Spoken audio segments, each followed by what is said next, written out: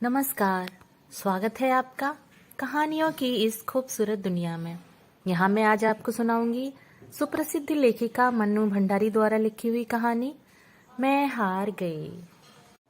जब कवि सम्मेलन समाप्त हुआ तो सारा हॉल हंसी कहकहों और तालियों की गड़गड़ाहट से गूंज रहा था।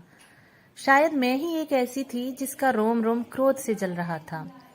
उस सम्मेलन की अंतिम कविता थी बेटे का भविष्य। उसका सारांश कुछ इस प्रकार था। एक पिता अपने बेटे के भविष्य का अनुमान लगाने के लिए उसके कमरे में एक अभिनेत्री की तस्वीर, एक शराब की बोतल और एक प्रति गीता की रख देता है और स्वयं छिपकर खड़ा हो जाता है। बेटा आता है और सबसे पहले अभिनेत्री की तस्वीर को उठाता है। उसकी बाँछें खिल जाती हैं।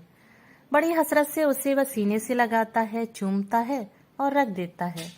उसके बाद शराब की बोतल से 2-4 घूंट पीता है। थोड़ी देर बाद मुंह पर अत्यंत गंभीरता के भाव लाकर बगल में गीता दबाए वह बाहर निकलता है। बाप बेटे की यह करतूत देखकर उसके भविष्य की घोषणा करता है, यह साला तो आजकल का नेता बनेगा। कवि महोदय ने यह पंक्ति पढ़ी ही थी कि हॉल के एक कोने से दूसरे कोने तक हंसी की लहर दौड़ गई। पर नेता की ऐसी फजीयत देखकर मेरे तो तन बदन में आग लग गई। साथ आए हुए मित्र ने व्यंग करते हुए कहा, क्यों, तुम्हें तो वह कविता बिल्कुल पसंद नहीं आई होगी। तुम्हारे पापा भी तो एक बड़े नेता हैं। मैंने गुस्से में जवाब दिया, पसंद? मैंने आज तक इससे भद्दी और भौंडी कविता नहीं सुनी। अपने मित्र की व्यंग की तिक्तता को मैं खूब अच्छी तरह पहचानती थी। उनका क्रोध बहुत कुछ चिलम न मिलने वालों के आक्रोश के समान ही था। उनके पिता चुनाव में मेरे पिताजी के प्रतिद्वंदी के रूप में खड़े हुए थे और हार गए थे। उस तमाचे को वह अभी तक नहीं भूले थे। आज ये कविता सुनकर उन्हें दिल की जलन निकालने का अवसर मिला। उन्हें लग रहा था मानो उनके पिता का हारना भी आज सार्थक हो गया। पर मेरे मन में उस समय कुछ और चक्कर चल रहा था।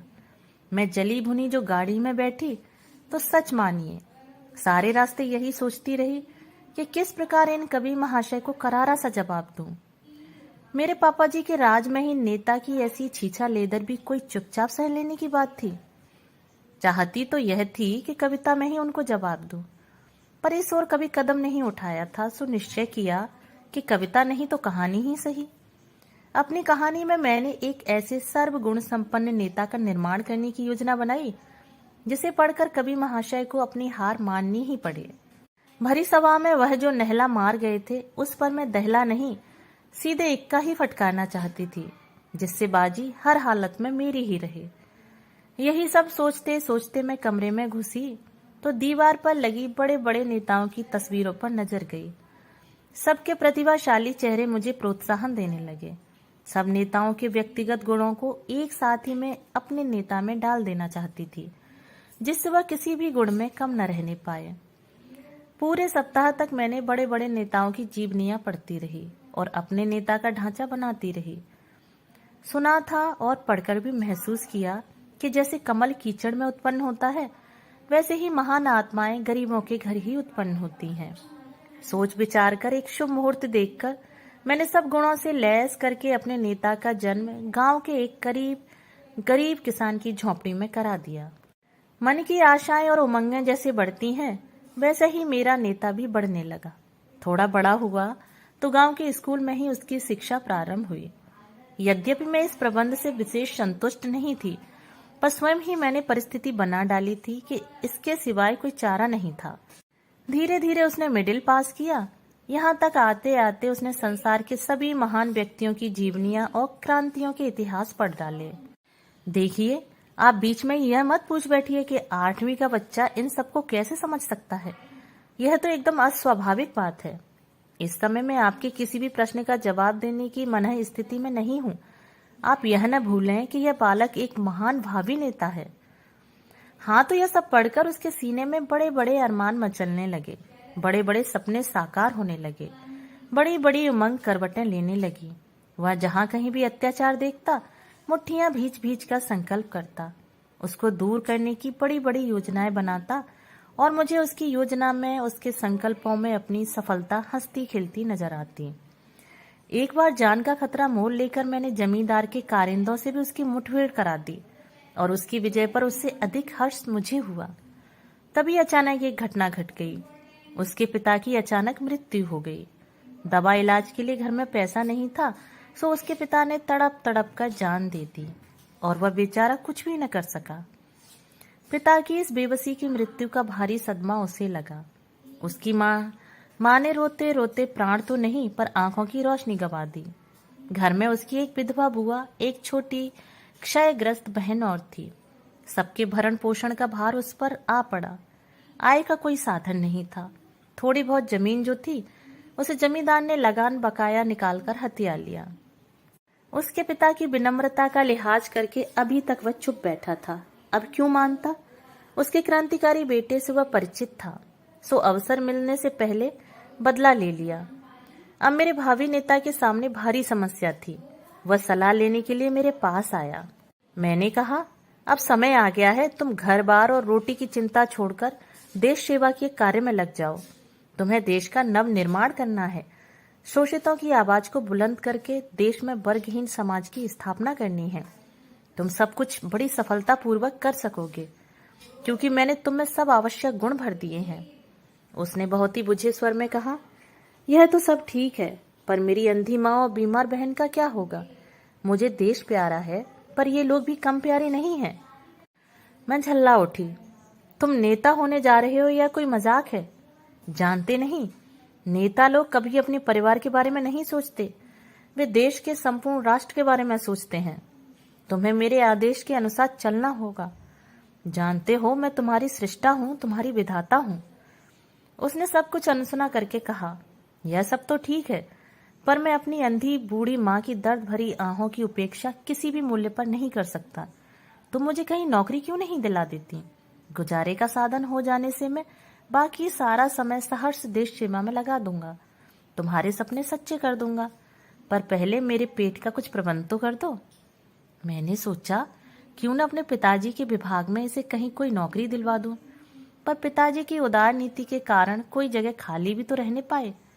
देखा तो सब जगह भरी हुई थी। कहीं मेरे चचेरे भाई विराजमान थे तो कहीं फुफेरे। मतलब यह है कि मैं उसके लिए कोई प्रबंध न कर सकी। उसका मुंह तो चीर दिया, पर उसे भरने का प्रबंध न कर सकी। हार कर उसने मजदूरी करना शुरू कर दिया। जमींदार की नई हवेली बन रही थी। वह उसी में ईंटें ढूंढने का काम करने लगा। जैसे जैसे वह सिर पर ईंट उठाता, उसके अरमान नीचे को धसकते जाते।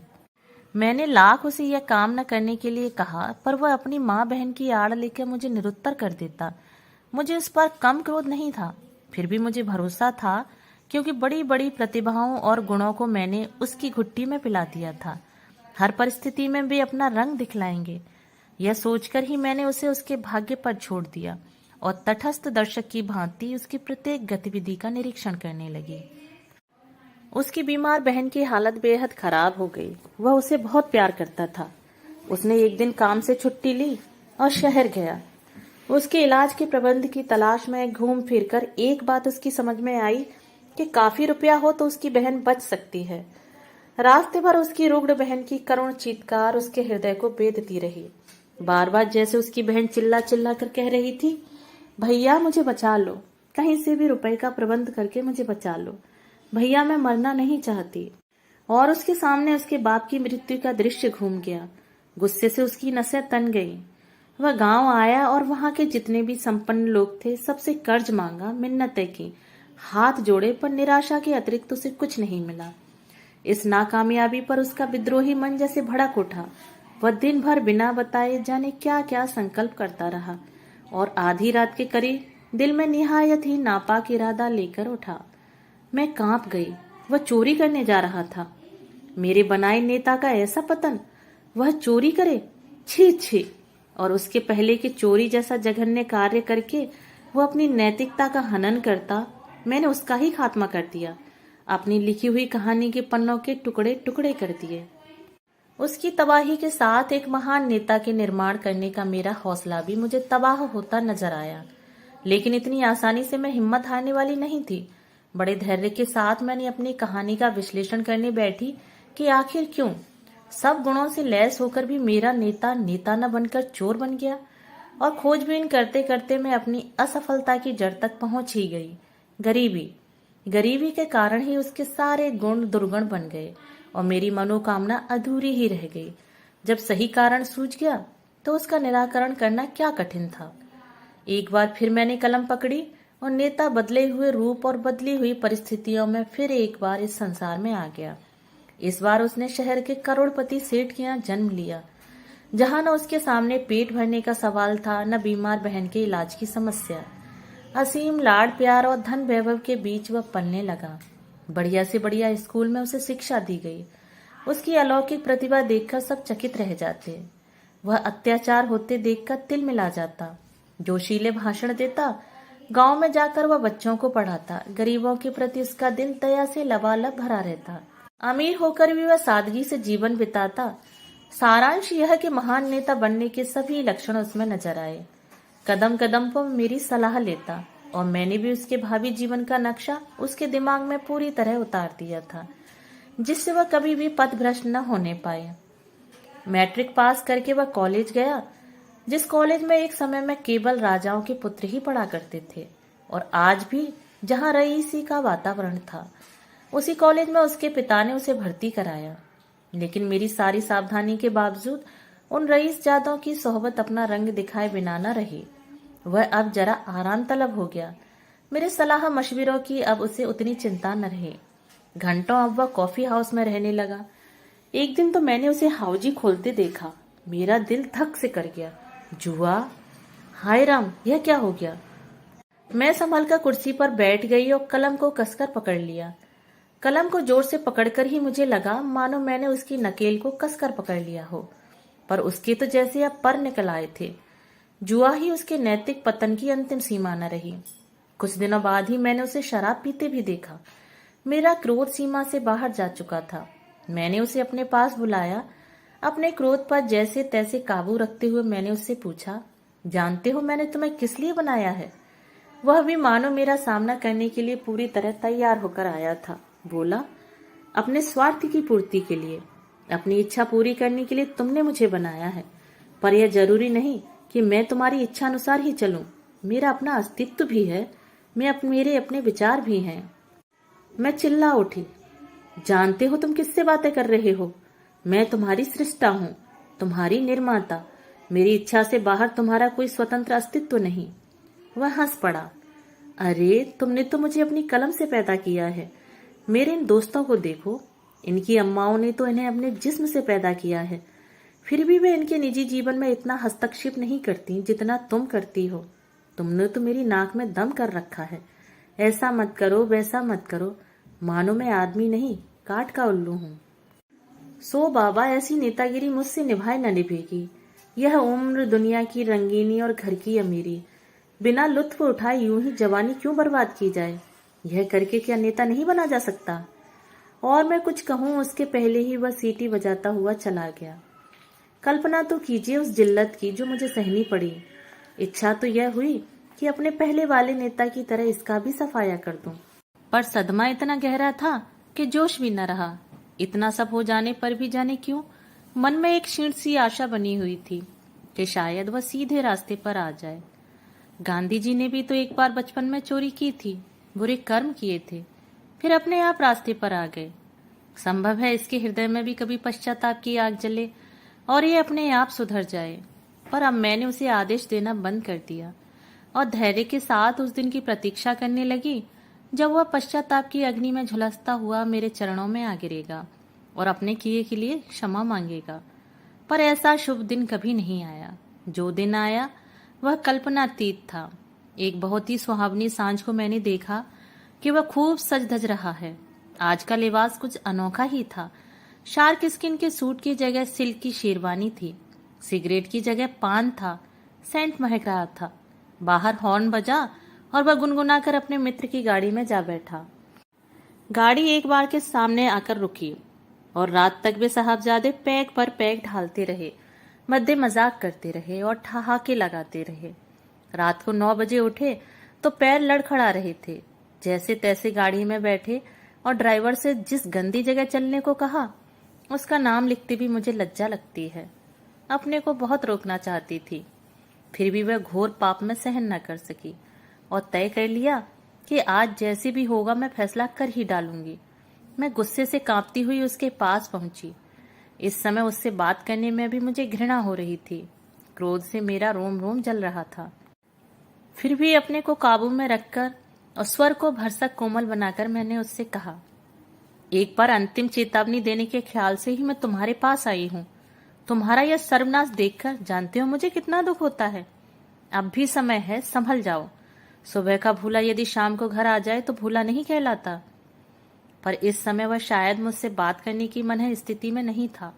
उसने पान चबाते हुए कहा, अरे जान, यह क्या तुमने हर समय नेतागिरी का पचड़ा लगा रखा है। कहाँ तुम्हारी नेतागिरी और कहाँ छमिया का क्षमा का। देख लो तो बस जरूर आ जाए। मैंने कान बंद कर लिए। वह कुछ और भी बोला पर मैंने सुना नहीं। पर उसने जो आंख मारी वह दिखाई दी और मुझे लगा जैसे पृथ्वी घूम रही है। मैंने आंखें बंद कर ली और गुस्से से होठ काट लिए। क्रोध के आवेग में कुछ भी कहते नहीं बना। केवल मुंह से इतना ही निकला, दुराचारी, अशिष्ट, नारकीय कीड़े। उसके मित्र ने जो कुछ कहा उसकी हल्की सी ध्वनि मेरे कान में पड़ी।